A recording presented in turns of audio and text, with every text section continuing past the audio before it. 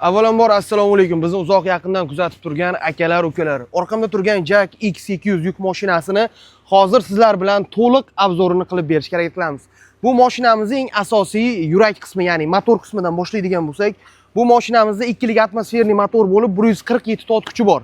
Bu mashinamizda oldi balon qismiga keladigan bo'lsak, oldi balon qismlari 15-razmerda bo'ladi. Keyin oldida akalar resori bo'lmaydi. Bu mashinamizda amortizator hisoblanadi. Shuni hisobiga qolgan Xitoyning mashinalariga qaraganda mashinamiz yumshoqroq hisoblanadi.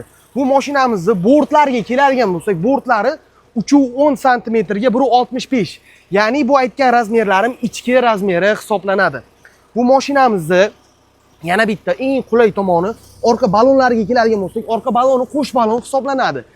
Keyin orqasida resor bor, bir tomonida 6 ta, yana bir tomonida 6 ta, общий 12 ta resor qo'yilgan. Qalin manga qo'yiladigan resorlardan qo'yilgan.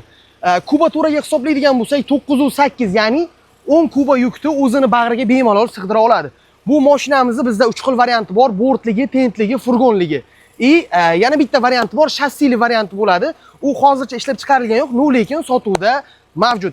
Keyin bularga juda ham ajoyib hozirgi ayni vaqtda skidka ketmoqda bu mashinalarimizga, ya'ni 16 million 800. Bugun sanamiz 5-mart bo'ladigan bo'lsa, hozir ham o'sha skidga amal qilmoqda. Bemalol kim xarid qilishga ulgurmagan bo'lsa, bizdan mashinani xarid qilsa bo'ladi.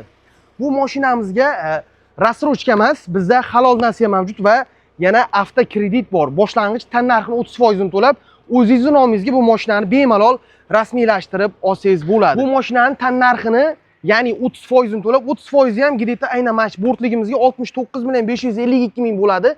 69.552 ming to'lab o'zingizning nomingizga rasmiylashtirib olsangiz bo'ladi. Xohlasangiz через bank, xohlasangiz halol nasiya orqali bu mashinani o'zingizning nomingizga rasmiylashtirib olsangiz bo'ladi. Akalar, agar kim ko'rib turgan bo'lsa, bu videoni YouTube ga qo'yamiz. O'zimda shaxsiy raqamim bo'ladi, keyin bu tomonda virtual raqamimizdan bo'ladi. O'sha raqamlarga telefon qilib, bemalol o'zingizlarni qiziqtirgan savollarga javob olsanglar bo'ladi. Bu mashinamizni bemalol ko'rishinglar mumkin, juda ham chiroyli.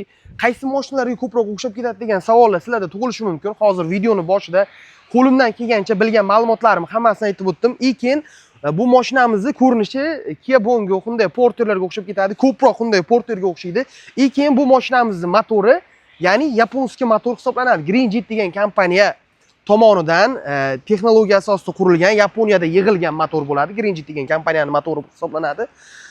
Mashinamizni ko'rishinglar mumkin. Keyin hech qaysi videoda aytilmagan, buni ham bitta aytib o'taylik. Keling, buni bokovoy oyna ichkaridan nastroyka, bu bemalol o'zingizga moslashtirib, joystick bilan burib to'g'rilab olsangiz bo'ladi. Aynan spesialniy kimdir sizga yordam berish shart emas. Keyin bularga aka bokovoylarimizga nimalar qo'yilgan?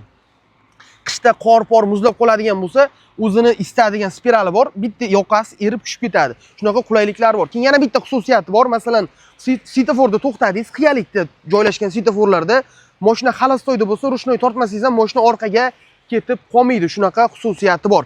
Hozir yomg'ir yog'yapti, mana yomg'irni ko'rishingiz mumkin. Mashinamiz qanaqa ko'rinyapti? Agar bu mashina sizlarga kerak bo'ladigan bo'lsa, pastdagi raqamlarga qo'ng'iroq qilib, bemalol xohlasanglar test drive yozib qo'yishinglar mumkin. Xohlasanglar mashinani bizdan xarid qilib olishinglar mumkin. Bonuslarini akalar chiroyli qilib beramiz, xudo xolasa. Bonuslardan muammo yo'q. Masalan, bonusga nima berishimiz mumkin? Buni ham birdan aytib o'tib ketay.